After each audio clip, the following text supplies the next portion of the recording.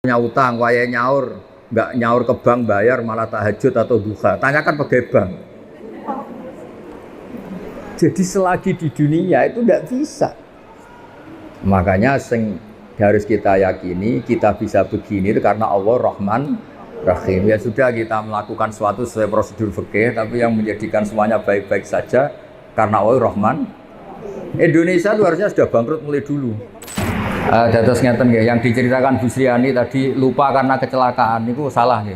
Niki dora kecelakaan nggih sering lupa kok. Alhamdulillah.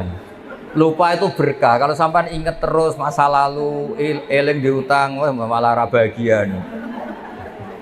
Eling bojomu tahu darani sampean macam-macam terus baliknya itu bisa trauma semua orang kalau nggak punya lupa itu bisa apa? Trauma semua. Pokoknya eling mantan terus malah rusak kabeh. Jadi lupa itu bagian dari berkah. Ya lupa itu bagian dari apa? Berkah. Makanya ada al-insan makhluk khotok wanisya. Jadi manusia itu tempat lupa. Jadi kalau nggak lupa malah apa? Malah bahaya. Itu ada seorang suami istri nggak lupa terus. Harusnya saya sudah dapat kamu. Dulu mantan saya lebih tampan. Yang suaminya bilang harusnya saya sudah dapat kamu. Mantan saya lebih cantik. Itu bahaya. Itu orang nggak. Itu gara-gara nggak apa? Nggak lupa. Jadi maka bahagialah bangsa yang sering lupa. Loh coba kalau nggak lupa itu repot. Coba kalau Indonesia tuh orang Indonesia ingat kalau negara ini punya utang banyak, bahagia enggak? Berkahnya lupa ya sudah baik-baik saja. Mulai zaman awal ada Indonesia sampai sekarang utang banyak ya baik-baik saja. Saking banyaknya rahmatnya Allah Subhanahu wa ta'ala. Jadi gini Bu Sriani ya, ada ijazah ini sekaligus saya ijazahkan jenengan. Ibadah itu mulai dulu dari kita, apapun benarnya menurut fikih sebetulnya tidak pernah ideal menurut Allah Subhanahu wa ta'ala. Meskipun secara fikih kita benar. Karena pasti ada hal-hal yang kita tidak benar. Makanya doa Nabi yang sering diajarkan ke kita itu apa? Ya Allah, jika saya tidak layak mendapat rahmat Engkau, maka rahmat Engkau yang layak mendapatkan kita. Sama tahu semut, semut itu kalau jatuh di jurang atau keledai, mergoneng aina lagi duit apa? Keledai, badai dilelang gitu. Misalnya gini, ada keledai atau kambing kecil jatuh di jurang yang curam, bisa naik enggak? Enggak. Tapi kalau dia bilang enggak mungkin ke atas, itu bohong, ya bodoh. Berkahnya orang lain atau ditolong tim SAR atau sekarang damkar ya, pemadam kebakaran. Nyatanya selamat. Banyak kan cerita di TV-TV itu sapi jatuh ke sumur kedalaman 15 meter. Akhirnya selamat apa enggak? Karena dia apa karena ditolong? Nah, hubungan kita dengan Allah seperti itu Bu Sriani. Mungkin amal kita tidak ideal, tidak benar, tapi rahmat Allah yang akan menolong kita. Makanya doanya itu ya Allahumma illam akun ahlan an ablugha rahmataka farahmatuka ahlun an tablughani. Itu doa yang diulang-ulang Nabi dia ya Allah jika saya enggak layak mendapat rahmat Engkau yang layak mendapatkan kita. Ya coba kayak Bu Lilis pernah enggak misalnya kecilnya minta jadi muslimah? Enggak pernah kan? Tapi ketika Allah menghendaki tahu-tahu jadi. Aku yakin Neng Aina kecilnya ini kan anaknya Kiai, enggak pernah ingin jadi dokter. Bayangkan ya jadi Neng, jadi Kiai, sing ngongkon-ngongkon apalah pokoknya ya. Tapi nyatanya Allah menghendaki jadi apa? Dokter. Lewat jalur dosennya takut, tapi kan tetap jadi. Makanya Anda tidak usah putus asa. Semut misalnya, semut bisa nggak ke Amerika? Cara lahir nggak bisa, beli tiket nggak bisa, ngurus paspor. Tapi dia itu kebawa koper orang yang mau ke Amerika. Kebawa koper orang sampai Amerika enggak? Nah makanya Anda jangan pernah putus asa. Kita ini punya Tuhan yang Rahman Rahim. Mungkin amal kita tidak cukup untuk mendapat surga, tapi rahmat Allah menjadi kita cukup untuk mendapat surga. Makanya di akidah kita apa? Mlebu swarga itu mergo fadhole Allah Subhanahu wa ta'ala. Jadi masuk surga itu karena rahmatnya Allah.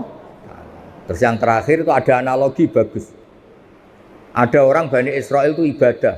Zaman itu orang kan umurnya panjang-panjang. Jam saat itu orang tuh biasa umur sampai 200 tahun, 300 tahun. Dia tuh nggak pernah maksiat nih. Ibadah terus nggak pernah maksiat. Dia nggak pernah marah sama orang, ngamuk kiai. Saya ini kan tamu disuruh-suruh, nggak pernah salah. Orang nggak pernah salah. Bawaannya tuh bener terus.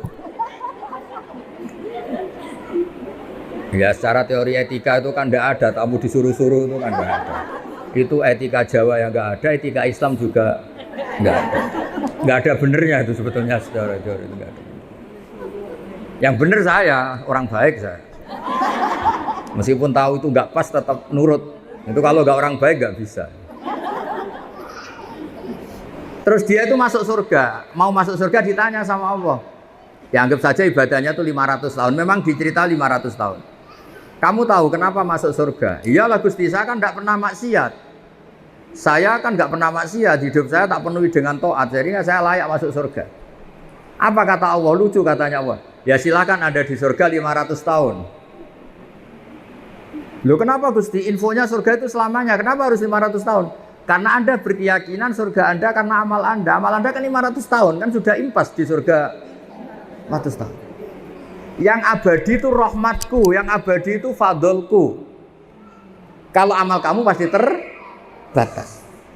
Saat itu juga dia merevisi tidak bisa masuk surga itu hanya karena rahmat engkau.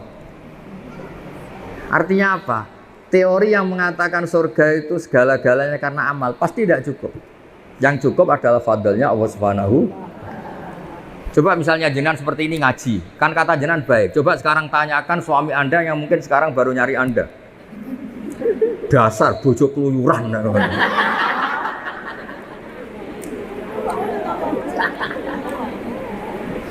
Jangan tanya Bu Neng Aina karena diuntungkan jenengan datang. Terus kayak bunyai tenan keren lah. Tanyakan anak kamu yang mungkin sekarang berharap Anda bikinkan mie. Terus tak tanya, ibu kamu kemana? Bilangnya ngaji apa keluyuran? Ngaji. Terus dia tanya, baik apa enggak? Baik apa? Saya terlantar gitu. Jadi ada sisi baik sosial itu. Makanya di kitab Hikam itu ada keterangan. Manusia itu apa? Orang yang ketika baik saja buruk, apalagi ketika buruk.